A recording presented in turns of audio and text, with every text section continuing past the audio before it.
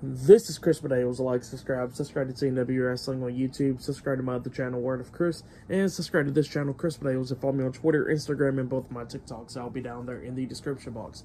And I'm here to do my AEW Dynamite August 16th, 2023 reviews. So here we go, discussing about tonight's episode of AEW Dynamite. Now we kick off the show with the first match of the night. It was the AEW International Champion, Orange Cassidy versus Wheeler Yuta one-on-one for the AEW International Championship. So yeah, the title was on the line in this match. And this match was a pretty good match for most point.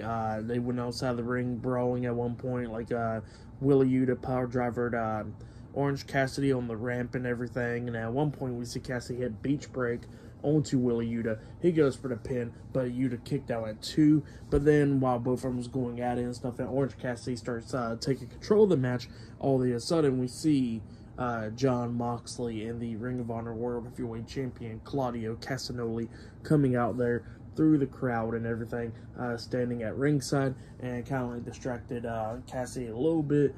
But it didn't matter because Cassidy then starts taking off the elbow pad.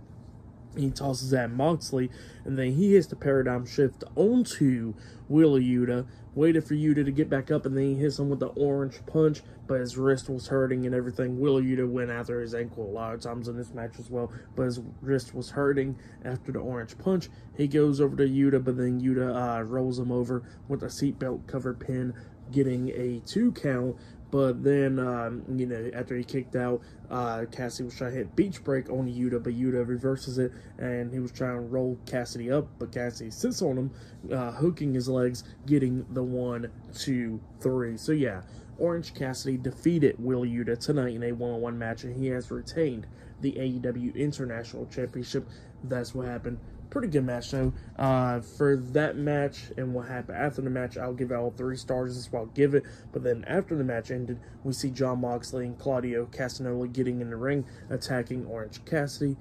And then after that was going on, we see Trent Beretta and Chuck Taylor, best friends, coming down there. But yeah, best friends is trying to fight off the Blackpool Combat Club. But the numbers was too much, so the Blackpool Combat Club was just beating down best friends. But then we see Rey Fenix and Penta El Zero Miedo, the Lucha Brothers, come running down.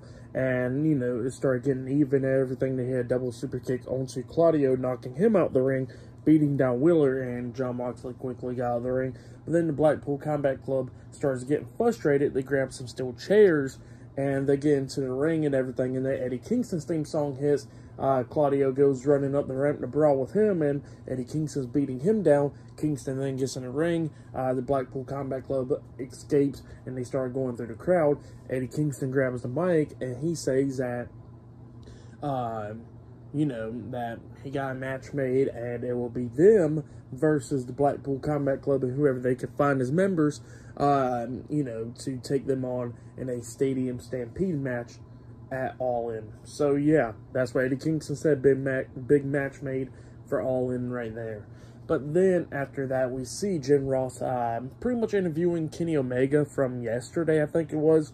And he was talking about Don Callis. Eddie Kingston was talking about how Don Callis was pretty much his uncle's friend and all that stuff, and that Don Callis pretty much raised him in a way, and bought him his first set of weights, protein, and all that stuff to accomplish his dream to be a wrestler and all that stuff.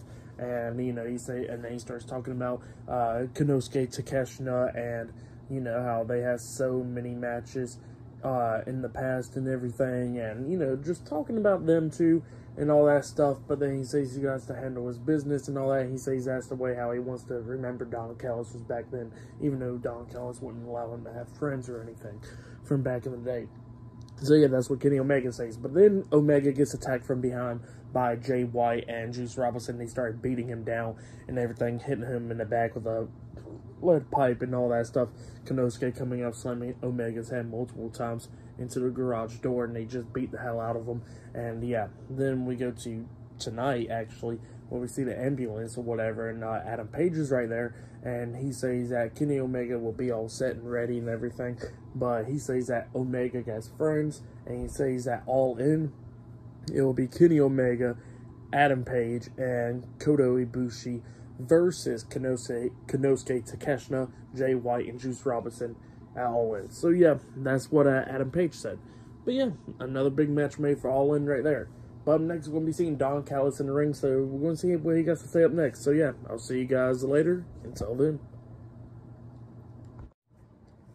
So the next thing to happen on AEW Dynamite, we get to the next segment where we see Don Callis in the ring. He introduces Chris Jericho. So yeah, Chris Jericho comes out there. Don Callis got like a painting, it looks like, but it's covered up and everything inside the ring as well.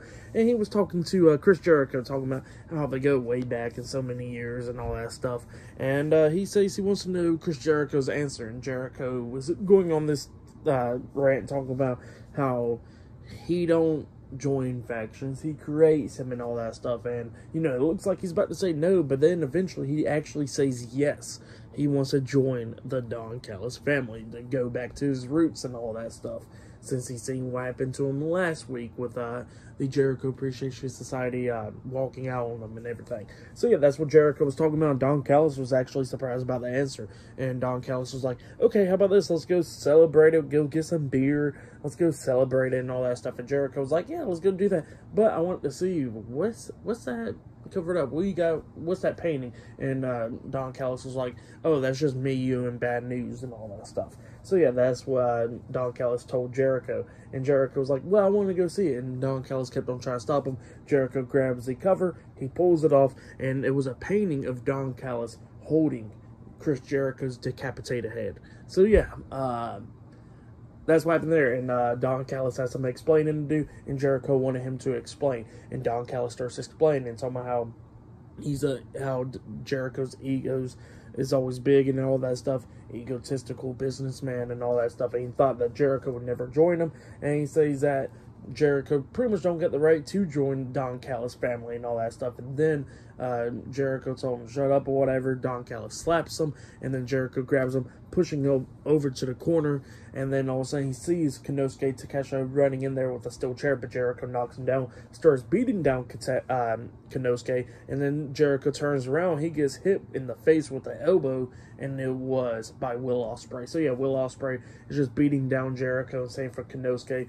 They waited for Jericho to get back up. Jericho got hit in the face with a steel chair, and he was busted open. They started beating him down even more.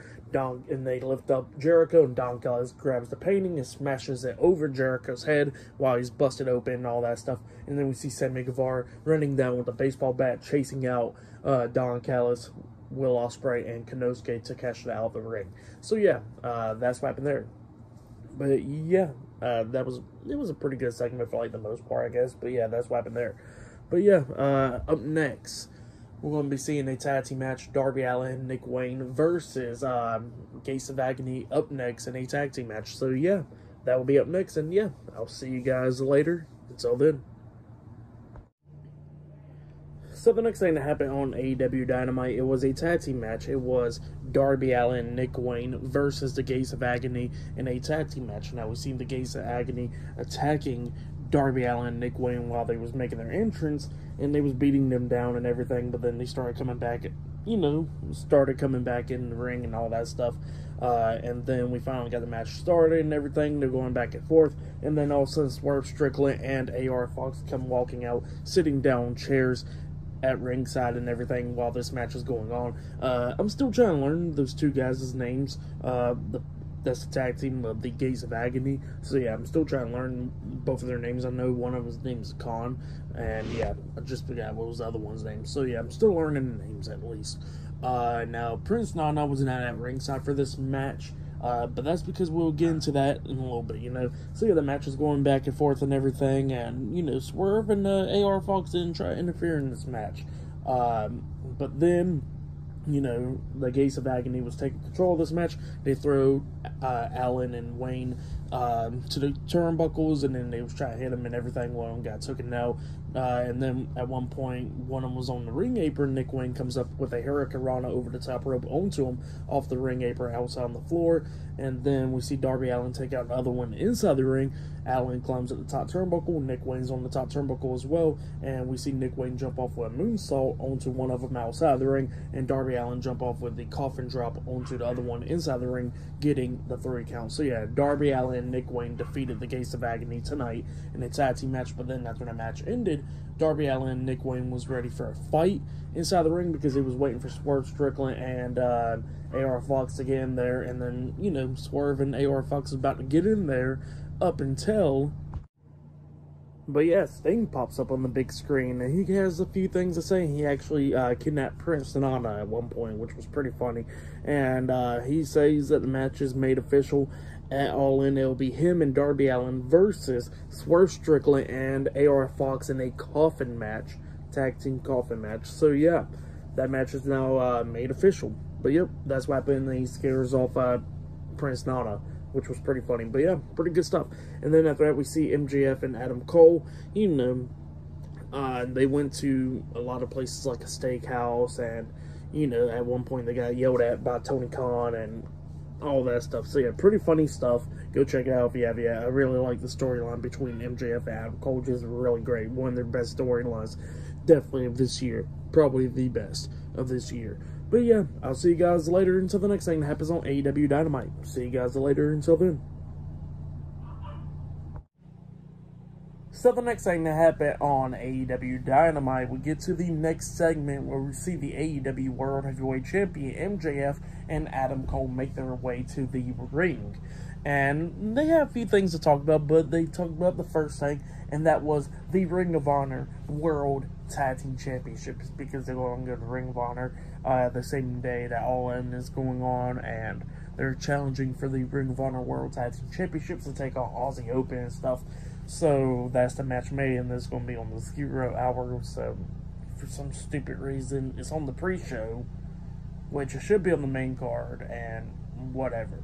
So yeah, MJF and Adam Cole taking on Aussie Open for the tag titles. So yeah, that's what they was talking about. And they was talking about how they're going to hit a double clothesline onto them and become the new Ring of Honor World Tag Team Champions. And then MJF started dancing around like a kangaroo because they was talking about kangaroos or whatever. So yeah, that's what MJF was doing.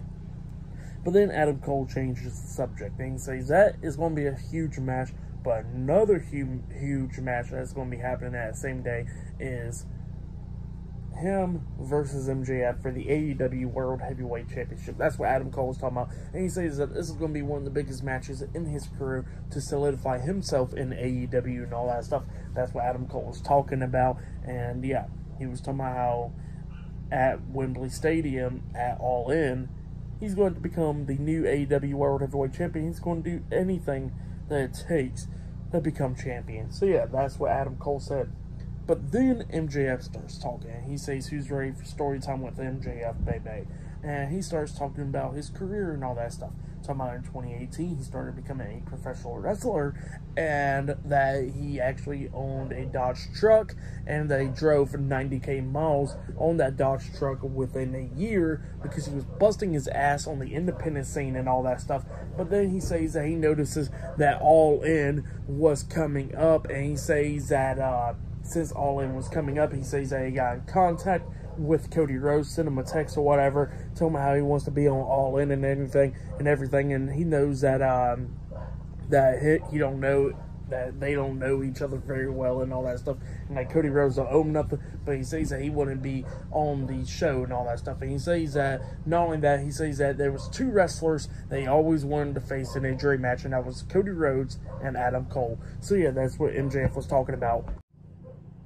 So yeah, that's what MJF was talking about. He was talking about how he finally got a text back from Cody Rhodes, and you know, his match got set up at All In and everything when it was coming closer and closer in due time.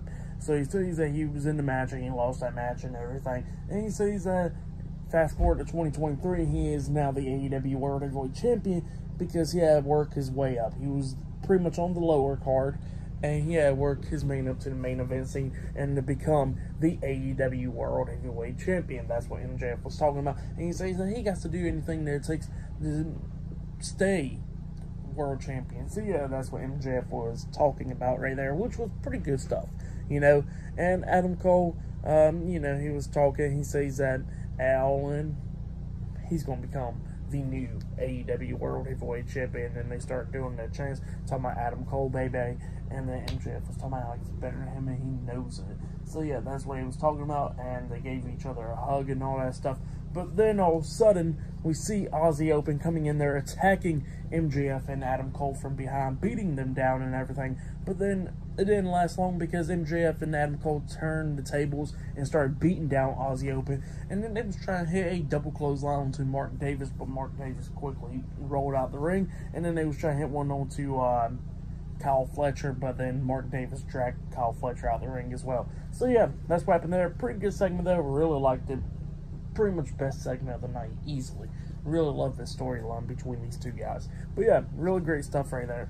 But then after that, we see Renee Paquette backstage, and she is interviewing Chris Jericho because he's in the doctor's office or whatever. And Chris Jericho, somehow he's going to get his hands on Don Callis family. And he says that he has to deal with the Will Ospreay because he had a match that was supposed to happen in 2021 with the Will Ospreay in the Tokyo Dome. But obviously that match didn't happen because of the lockdown and everything. But he says he's going to get him soon. So yeah, that's what Chris Jericho said. But yeah, up next we're going to be seeing Jeff Hardy versus Jeff Jarrett in a Texas Chainsaw Massacre death match. That match is up next. So we're going to be talking about that up next and everything. So yeah, see you guys later. Until then. So the next thing that happened on AEW Dynamite, it was a one-on-one match. Yeah, it was Jeff Hardy versus Jeff Jarrett in a Texas Chainsaw Massacre death match. Let's go ahead and talk about this match. So Jeff Hardy makes his entrance down to the ring, but then he decides to walk through the crowd to the backstage area, and then all of a sudden he gets attacked by Jeff Jarrett. And then all of a sudden, like, Jeff Hardy starts fighting back and everything, but then all of a sudden Satnam Singh and Jay Lethal and all of them comes up, and Matt Hardy, and we see Brother Zay and Ethan Page come up, helping out Jeff and everything. They beat down Satnam Singh backstage, so he was taken out for like pretty much up until the ending of this match. And yeah, all of a sudden we see everybody brawling and everything, going straight to the ring. They're using a bunch of weapons and all that stuff, still chairs. They got tables in the ring and everything. And then at one point we see Jeff Hardy hit the twist of fate onto Jeff Jarrett. He lays him on the table. He climbs up the top turnbuckle, hits a swanton bomb onto him through the table. He goes for the pin. 1, 2. The pin gets broken up at the count of 2 by Jay Lethal. And then we see Matt Hardy getting into the ring and everything, and everybody else getting into the ring. So we see pretty much Jay Lethal at one point get hit with the twist of fate and everything, and then Brother Zay gets in there, he gets hit with the lethal injection, and Ethan Page got laid out as well. And then Matt Hardy was going to hit the twist of fate onto Sanjay Dutt up until he gets hit with a low blow by Karen Jarrett. That was out there. And then after that low blow from Karen Jarrett, all of a sudden Leatherface comes out. Yeah, not even lying. Leatherface comes out with a chainsaw, and he chases off Karen Jarrett to the backstage area. You don't see them no more. At one point, Jeff Jarrett actually got hit in the head with the guitar, so that happened. And after the Leatherface done chased off Karen Jarrett with the chainsaw, we see Satnam Singh come into the ring, hit a chokeslam onto Jeff Hardy, and they drag Jeff Jarrett on top of Jeff Hardy, getting the 1, 2, 3. So, yeah. Jeff Jarrett defeated Jeff Hardy and in the Texas Chainsaw Massacre death match, and yeah, he won a title with Leatherface's face on the title. Ugliest title there is. It looks like a title that was made and create a title in WWE 2K. Like, that's what it looks like. But yeah, that's what happened there. Weird, wonky match. I'll give it 1.5 stars. That's what I'll give it. It was whatever there. But yeah, that's what happened there. So yeah, up next we're going to be seeing Britt Baker in action. So yeah, that match will be happening up next. But yeah, I'll see you guys later. Until then.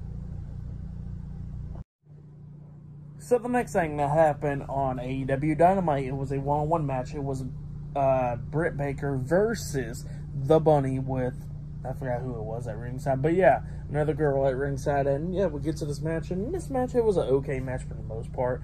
The Bunny was trying to do a lot of stuff to beat down Britt Baker. But then at one point, we see Britt Baker hit that swinging neck breaker. And only got 2 count out of it. But then as soon as she was about to put on the glove to lock on the lockjaw onto the Bunny, that girl pops up on the ring apron, taking off the glove out of Britt Baker's hand. Britt Baker then knocks her off the ring apron. Baker turns around. She gets hit with a super kick by the Bunny. Bunny's getting hyped up, and then she gets hit with a super kick by Britt Baker. And then Britt Baker hits her with the curb stomp and then pins her for the 3 count. So yeah, Britt Baker defeated the Bunny tonight in a one-on-one match. And yeah, All In now is official. Hikaru Shida will be defending the AEW Women's Championship up against Saraya, Toni Storm, and Britt Baker in a Fatal 4-Way match. So yeah, that match will be happening at All In.